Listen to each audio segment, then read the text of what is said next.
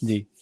ਅਗਲੀ ਖਬਰ ਦੇ ਵੱਲ ਵਧੀਏ ਸ਼ਰਮਾ ਜੀ, ਤੇ ਆਪਾਂ ਗੱਲ ਕਰੀਏ ਮਾਨ ਸਾਹਿਬ ਦੀ। ਮੁੱਖ ਮੰਤਰੀ ਸਾਹਿਬ ਚੇਨਈ ਨੇ, ਹੁਣ ਗੁਜਰਾਤ ਸੀਗੇ ਪਹਿਲਾਂ, ਉਦੋਂ ਪਹਿਲਾਂ ਹਿਮਾਚਲ ਦੇ ਵਿੱਚ ਸੀਗੇ, ਫਿਰ ਹੁਣ ਵਿੱਚ ਦੀ ਜਰਮਨੀ ਦੇ ਦੌਰੇ 'ਤੇ ਵੀ ਸ਼ਾਇਦ ਗਏ ਸੀਗੇ, ਤੇ ਹੁਣ ਚੇਨਈ ਨੇ ਗੇ। ਉਹ ਲੈਣ ਗਏ ਹੈ, ਪਰ ਪਤਾ ਇਹ ਲੱਗਿਆ ਵੀ ਪੰਜਾਬ ਦਾ ਨਿਵੇਸ਼ ਯੂਪੀ ਵਾਲੇ ਲੈ ਗਏ, ਯੋਗੀ ਮੁੱਖ ਮੰਤਰੀ ਆਦਿੱਤਿਆਨਾਥ ਯੋਗੀ।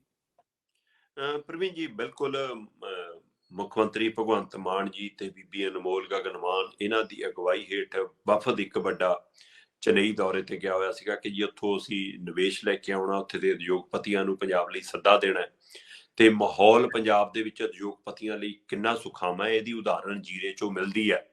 ਜੀ ਕਿ ਜੇਕਰ ਭਾਈ ਤੁਸੀਂ ਫੈਕਟਰੀ ਲਾਉਣੀ ਆ ਤਾਂ ਫਿਕਰ ਨਾ ਕਰਿਓ, ਅਸੀਂ ਡਰੱਗ ਰੋਕਣ ਲਈ, ਅਸੀਂ ਗੈਂਗਸਟਰ ਫੜਨ ਲਈ, ਅਸੀਂ ਹਥਿਆਰ ਫੜਨ ਲਈ, ਅਸੀਂ ਚਿੱਟਾ ਨਸ਼ਾ ਰੋਕਣ ਲਈ ਇੰਨੀ ਜਦੋਜਹਿਦ ਨਹੀਂ ਕਰਦੇ ਜਿੰਨੀ ਅਸੀਂ ਫੈਕਟਰੀ ਚਲਾਉਣ ਲਈ ਕਰਦੇ। ਸੋ ਇਸ ਲਈ ਫੈਕਟਰੀਆਂ ਵਾਲੇ ਫਿਕਰ ਨਾ ਕਰਨ, ਫੈਕਟਰੀਆਂ ਚਲਾਉਣ ਲਈ ਤੁਸੀਂ ਨਿਯਮ ਨਾ ਪਾਲੋ, ਸਰਕਾਰ ਤੇ ਪੂਰੇ ਪੰਜਾਬ ਦੀ ਪੁਲਿਸ ਅਸੀਂ ਤੁਹਾਡੇ ਦਰਵਾਜ਼ੇ ਤੇ ਖੜਾ ਦਾਂਗੇ, ਫਿਕਰ ਨਾ ਕਰੋ। ਸੋ ਇਸ ਲਈ ਇਹ ਤੋਂ ਵੱਡਾ ਭਰੋਸਾ ਹੋਰ ਕੀ ਹੋ ਸਕਦਾ ਕਿ ਸਰਕਾਰ ਐਡਾ ਬੜਾ ਦਿਖਾਵਾ ਕਰੇ। ਹੋ ਸਕਦਾ ਉੱਥੇ ਚੇਨਈ 'ਚ ਵੀਡੀਓ ਚਲਾ ਕੇ ਦਿਖਾਈਆਂ ਹੋਣੇ ਕਿ ਦੇਖੋ ਜੀ ਸਭ ਡੰਡੇ ਦੇ ਸਾਰੇ ਫੈਕਟਰੀਆਂ ਚਲਵਾ ਲੈਂਦੇ ਆ। ਸੋ ਇਸ ਲਈ ਇਹ ਨਿਵੇਸ਼ਕਾਂ 'ਚ ਭਰੋਸਾ ਪੈਦਾ ਕਰਨ ਦੀ ਕਵਾਇਦ ਸੀ। ਪਰ ਹਕੀਕਤ ਇਹ ਆ ਪ੍ਰਵੀਨ ਜੀ ਕਿ ਪੰਜਾਬ ਨਵਾਂ ਨਿਵੇਸ਼ਕ ਆਉਣਾ ਨਹੀਂ ਚਾਹੁੰਦਾ, ਤੇ ਇੱਥੇ ਵਾਲੇ ਇੱਥੋਂ ਛੱਡ ਕੇ ਜਾਣਾ ਚਾਹੁੰਦੇ ਨੇ। ਕਿੰਨੇ ਹੀ ਸਾਡੇ ਸਾਹਮਣੇ ਪਿਛਲੇ ਅਕਾਲੀ ਕਾਂਗਰਸੀਆਂ ਦੇ ਰਾਜ ਦੇ ਵਿੱਚ ਵੀ ਕਿਸ ਕਦਰ, ਮਤਲਬ ਉਹਦੇ ਵਿੱਚ ਕੇਂਦਰ ਦੀਆਂ ਨੀਤੀਆਂ ਵੀ ਸ਼ਾਮਲ ਨੇ, ਜਿਹਦਾ ਨਤੀਜਾ ਉਹ ਜਿਨ੍ਹਾਂ ਕਰਕੇ ਉਹਨਾਂ ਨੇ ਹਿਮਾਚਲ ਦਾ ਰੁਖ ਕੀਤਾ। ਚੰਡੀਗੜ੍ਹ ਦੇ ਨਾਲ ਲੱਗਦੇ ਖੇਤਰਾਂ ਚੋਂ ਬੱਦੀ ਕਿੰਨੀ ਵੱਡੀ ਇੰਡਸਟਰੀ ਗਈ, ਨੰਗਲ ਦੇ ਨਾਲ ਲੱਗਦੇ ਖੇਤਰ ਚੋਂ ਕਿੰਨੀ ਇੰਡਸਟਰੀ ਉਧਰ ਗਈ, ਇੱਧਰੋਂ ਮਤਲਬ ਘਨੌਲੀ ਤੋਂ ਉੱਪਰ ਕਿੰਨੀ ਇੰਡਸਟਰੀ, ਜਿਹੜੀ ਐਨ ਪੰਜਾਬ ਦੇ ਬਾਰਡਰ ਦੇ ਨਾਲ ਲੱਗਦੀ ਸਾਰੀ ਇੰਡਸਟਰੀ ਹਿਮਾਚਲ ਸ਼ਿਫਟ ਹੋਈ। ਉਹਦੇ ਲਈ ਕੌਣ ਜ਼ਿੰਮੇਵਾਰ? ਇਸੇ ਤਰ੍ਹਾਂ ਹਰਿਆਣਾ 'ਚ ਚੰਡੀਗੜ੍ਹੋਂ ਦੇ ਖੇਤਰ ਚੋਂ, ਜਲੰਧਰ ਦੇ ਖੇਤਰ ਚੋਂ, ਅੰਮ੍ਰਿਤਸਰ ਦੇ ਖੇਤਰ ਚੋਂ ਉਦਯੋਗਿਕ ਘਰਾਣੇ, ਲੁਧਿਆਣਾ ਚੋਂ ਨਿਕਲ ਕੇ ਉਦਯੋਗਿਕ ਘਰਾਣੇ ਗੁੜਗਾਉਂ ਤੱਕ ਪਹੁੰਚੇ। ਸੋ ਇਸ ਲਈ ਉਧਰ ਦਾ ਰੁਖ ਕੀਤਾ। ਤੇ ਪਰ ਹੁਣ ਨਵਾਂ ਨਿਵੇਸ਼ਕ ਨੂੰ ਲਿਆਉਣ ਦੀਆਂ ਕੋਸ਼ਿਸ਼ਾਂ ਕੈਪਟਨ ਨੇ ਵੀ ਬਹੁਤ ਬੈਠਕਾਂ ਕੀਤੀਆਂ, ਬੜੇ ਹੱਥ ਮਿਲਾਏ, ਬੜੀਆਂ ਫੋਟੋਆਂ। ਸੁਖਬੀਰ ਬਾਦਲ ਦੇ ਟਾਈਮ 'ਚ ਵੀ ਅਸੀਂ ਇਹ ਦੇਖਦੇ ਰਹੇ, ਕੋਟ ਐਂਡ ਟਾਈ ਲਾ ਕੇ, ਮਤਲਬ ਉਹ ਸਾਰੀ ਮੀਟਿੰਗਾਂ। ਪਰ ਹੁਣ ਭਗਵੰਤ ਮਾਨ ਜੀ ਕਹਿ ਰਹੇ ਨੇ ਕਿ ਅਸੀਂ ਚੇਨਈ ਪਹੁੰਚ ਗਏ ਹਾਂ। ਮਤਲਬ ਚੇਨਈ ਵਾਲਾ ਤਾਂ ਮੈਨੂੰ ਪਤਾ ਨਹੀਂ ਕੀ ਹੋਣਾ ਕੀ ਨਹੀਂ ਹੋਣਾ, ਪਰ ਲੁਧਿਆਣੇ ਦੀ ਕਿੰਨੀ ਇੰਡਸਟਰੀ ਯੋਗੀ ਨਾਲ ਹੱਥ ਮਿਲਾਇਆ ਹੀ ਆ। ਲੁਧਿਆਣੇ ਦੇ ਕਿੰਨੇ ਉਦਯੋਗਪਤੀ ਯੋਗੀ ਨਾਲ ਬੈਠਕ ਕਰਿਆ ਹੈ। ਇਹਨਾਂ ਨੂੰ ਸ਼ਾਇਦ ਪੰਜਾਬ ਸਰਕਾਰ ਨੂੰ ਪਤਾ ਹੀ ਨਾ ਲੱਗਿਆ ਹੋਵੇ। 2,30,000 ਕਰੋੜ ਦੇ ਇਕਰਾਰ ਹੋਏ ਨੇ। 2,30,000 ਕਰੋੜ ਦੇ ਸਮਝੌਤੇ ਹੋਏ ਨੇ ਪੰਜਾਬ ਸਨਅਤਕਾਰਾਂ ਦੇ ਯੂਪੀ 'ਚ ਨਿਵੇਸ਼ ਕਰਨ ਦਾ। ਠੀਕ ਹੈ। ਅੱਛਾ। ਤੇ ਯੋਗੀ ਦੀ ਹਾਜ਼ਰੀ ਦੇ ਵਿੱਚ ਬੈਠਕ ਹੋਈ ਆ। 30 ਦੇ ਕਰੀਬ ਸਨਅਤਕਾਰੀ ਨੇ ਜਿਹੜੇ ਉੱਥੇ ਪਹੁੰਚੇ। ਉਹਨਾਂ 'ਚ ਸਾਈਕਲ ਉਦਯੋਗ ਵੱਡਾ ਨਾਮੀ ਪੰਜਾਬ ਦੇ ਉੱਥੇ ਬੈਠੇ ਨੇ। ਸੋ ਇਸ ਲਈ ਇੱਧਰ ਪਹਿਲਾਂ ਅਧਿਕਾਰੀ ਆਉਂਦੇ ਨੇ, ਬਕਾਇਦਾ ਯੂਪੀ ਦੇ ਅਧਿਕਾਰੀ ਆ ਕੇ ਲੁਧਿਆਣਾ 'ਚ ਗੁਪਤ ਮੀਟਿੰਗਾਂ ਕਰ ਜਾਂਦੇ ਨੇ। ਫਿਰ ਉਹਨਾਂ 'ਚੋਂ ਚੋਣਵੇਂ ਜਿਹੜੇ ਤਿਆਰ ਹੁੰਦੇ ਨੇ, ਉਹਨਾਂ ਨੂੰ ਯੋਜਨਾਵਾਂ ਦੱਸੀਆਂ ਜਾਂਦੀਆਂ ਨੇ ਯੂਪੀ ਦੀਆਂ, ਸਾਰਾ ਕੁਝ ਦੱਸਿਆ ਗਣਾਇਆ ਜਾਂਦਾ ਹੈ, ਸਮਝਾਇਆ ਜਾਂਦਾ ਹੈ।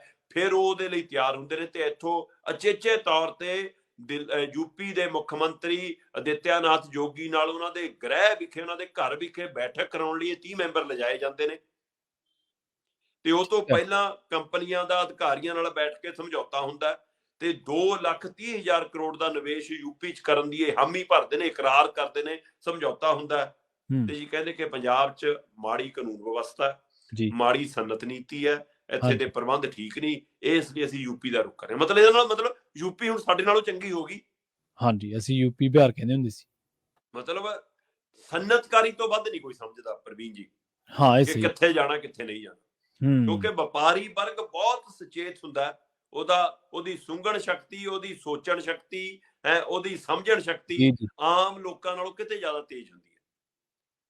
ਸੋ ਇਸ ਲਈ ਉਹ ਜਿਹੜਾ ਮੁਨਾਫਾ ਕਮਾਉਣ ਦੀ ਮਨਸ਼ਾ ਨਾਲ ਪੰਜਾਬ ਵਰਗੇ ਸੂਬੇ ਨੂੰ ਛੱਡ ਕੇ ਯੂਪੀ ਜਾ ਰਿਹਾ, ਇਹ ਤੋਂ ਵੱਧ ਖਤਰਨਾਕ ਪੰਜਾਬ ਲਈ ਹੋਰ ਕੁਝ ਨਹੀਂ ਹੋ ਸਕਦਾ। ਸੋ ਇਸ ਲਈ 30 ਦੇ ਕਰੀਬ ਸਨਅਤੀ ਕੰਪਨੀਆਂ, ਵੱਡੇ ਉਦਯੋਗਿਕ ਘਰਾਣੇ ਤੇ 2,30,000 ਕਰੋੜ ਦਾ ਨਿਵੇਸ਼ ਯੋਗੀ ਦੇ ਮੇਜ਼ ਤੇ ਰੱਖ ਕੇ ਜਿਹੜਾ ਆਏ ਨੇ, ਇਹ ਹੁਣ ਇਹ ਚੇਨਈ ਘੁੰਮੀ ਜਾਣ ਤੇ ਇੱਧਰ ਪੰਜਾਬ ਦੀਆਂ ਕੰਪਨੀਆਂ ਤੁਰਪੀਆਂ ਯੂਪੀ ਨੂੰ ਉਡਾਰੀ ਮਾਰ ਗਈਆਂ। ਇਹ ਵੱਡੀ ਫਿਕਰਮੰਦੀ ਵਾਲੀ।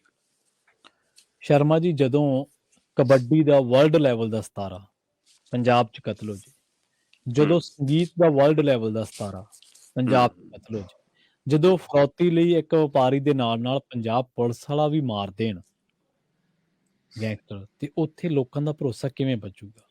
ਪ੍ਰਵੀਨ ਜੀ, ਪਰ ਪੰਜਾਬ ਦੇ ਨੁਮਾਇੰਦੇ ਤਾਂ ਸੁਚੇਤ ਨੇ ਨਾ। ਜੀ। ਰਾਘਵ ਚੱਡਾ ਜੀ ਨੇ ਮੁੱਦਾ ਚੱਕਿਆ ਰਾਜ ਸਭਾ 'ਚ ਸਿੱਧੂ ਮੂਸੇਵਾਲੇ ਦੇ ਕਤਲ ਦਾ, ਹਾਂਜੀ, ਚੁੱਕਿਆ। ਕਿ ਦੇਖੋ ਜੀ ਮਤਲਬ ਕਿ ਪੰਜਾਬ 'ਚ ਮਾਹੌਲ ਬਣ ਰਿਹਾ ਜੀ, ਕਤਲ ਹੋ ਰਹੇ ਨੇ ਜੀ, ਇਸ ਲਈ ਸਖਤ ਕਾਨੂੰਨ ਹੋਣੇ ਚਾਹੀਦੇ ਨੇ, ਕਾਰਵਾਈਆਂ ਉਹਨਾਂ ਨੂੰ ਪੁੱਛੇ ਕਿ ਭਾਈ ਲਿਸਟ ਜੀ। ਕਿਹਨੇ ਜਾਰੀ ਕੀਤੀ ਸੀ ਬਾਹਰ, ਹਾਂਜੀ, ਸਿਕਿਉਰਿਟੀ ਬਿਲਕੁਲ। ਕਿਹਨੇ ਵਾਪਸ ਲਈ ਸੀ ਭਾਈ, ਇਹ ਗੱਲ ਹੂੰ, ਲੋਕਾਂ 'ਚ ਕਿਵੇਂ ਗਈ, ਤੇ ਪੁਲਿਸ ਤੰਤਰ ਕਿਹਦੇ ਕੋਲ ਹੈ, ਇਹ ਜੀ। ਸੂਬੇ ਦਾ ਅੰਦਰੂਨੀ ਮਾਮਲਾ ਹੈ। ਸੋ ਹੂੰ, ਉਸ ਮਾਮਲੇ 'ਚ ਪੁਲਿਸ ਤੁਹਾਡੇ ਕੋਲ ਹੈ, ਸਰਕਾਰ ਹੂੰ, ਤੁਹਾਡੀ ਹੈ। ਮਤਲਬ ਜੀ। ਮੈਨੂੰ ਨਹੀਂ ਸਮਝ ਆਉਂਦਾ ਉਹ ਕਿਹੜੇ ਮੂੰਹ ਨਾਲ ਉੱਥੇ ਬੇਅਦਬੀ ਮਾਮਲਿਆਂ 'ਚ ਕਾਨੂੰਨਾਂ ਦੀ ਸਖਤ ਕਾਨੂੰਨਾਂ ਦੀ ਮੰਗ ਕਰਦੇ ਨੇ, ਕਿਹੜੇ ਮਾਮਲੇ 'ਚ ਮੂਸੇਵਾਲੇ ਦੇ ਕਤਲ ਵਰਗਾ ਮੁੱਦਾ ਚੁੱਕਦੇ ਨੇ ਕਿ ਜੀ। ਭਾਈ ਕਾਨੂੰਨ ਬਣਾਉਣ ਲਈ 92 ਕਾਨੂੰਨ ਘਾੜੇ ਦਾ ਚੁਣਤੇ ਤੁਹਾਡੇ। ਸੋ ਕਿਉਂ ਨਹੀਂ ਕਾਨੂੰਨ ਬਣਦਾ ਹੋਏ ਜਾ ਅਜੇ ਤੱਕ, ਬਿਲਕੁਲ ਕਿਉਂ ਸਹੀ। ਨਹੀਂ ਤੁਸੀਂ ਉਹ ਜੇ ਸਖਤ ਕਾਰਵਾਈ ਕਰਕੇ ਗ੍ਰਿਫਤਾਰੀਆਂ ਪਾ ਸਕੇ, ਕਿਉਂ ਨਹੀਂ ਦੋਸ਼ੀਆਂ ਨੂੰ ਜੀ। ਸਾਹਮਣੇ ਲਿਆ ਸਕੇ, ਕੁਵਰ ਵਿਜੇ ਹੂੰ, ਪ੍ਰਤਾਪ ਦੀ ਰਿਪੋਰਟ ਕਿਉਂ ਨਹੀਂ ਰੱਖ ਸਕੇ ਜਨ ਤੱਕ। ਹੂੰ, ਸੋ ਇਸ ਲਈ ਕਰਨੀ ਤੇ ਕਹਿਣੀ 'ਚ ਬਹੁਤ ਫਰਕ ਨਜ਼ਰ ਆ ਰਿਹਾ। ਦਿਖਾਇਆ ਕੁਝ ਜਾ ਰਿਹਾ, ਕੀਤਾ ਕੁਝ ਜਾ ਰਿਹਾ ਹੈ। ਕੋਈ ਚੇਨਈ ਫਿਰਦਾ ਤੇ ਕੋਈ ਰਾਜਸਭਾ 'ਚ ਮੁੱਦੇ ਚੁੱਕਦਾ, ਤੇ ਪੰਜਾਬ ਦੀ ਸਥਿਤੀ ਆਪਣੇ ਸਾਹਮਣੇ ਜਿਹੜਾ ਜ਼ਿਕਰ ਤੁਸੀਂ ਕਰ ਰਹੇ ਹੋ। ਜੀ, ਜੀ, ਬਿਲਕੁਲ, ਬਿਲਕੁਲ।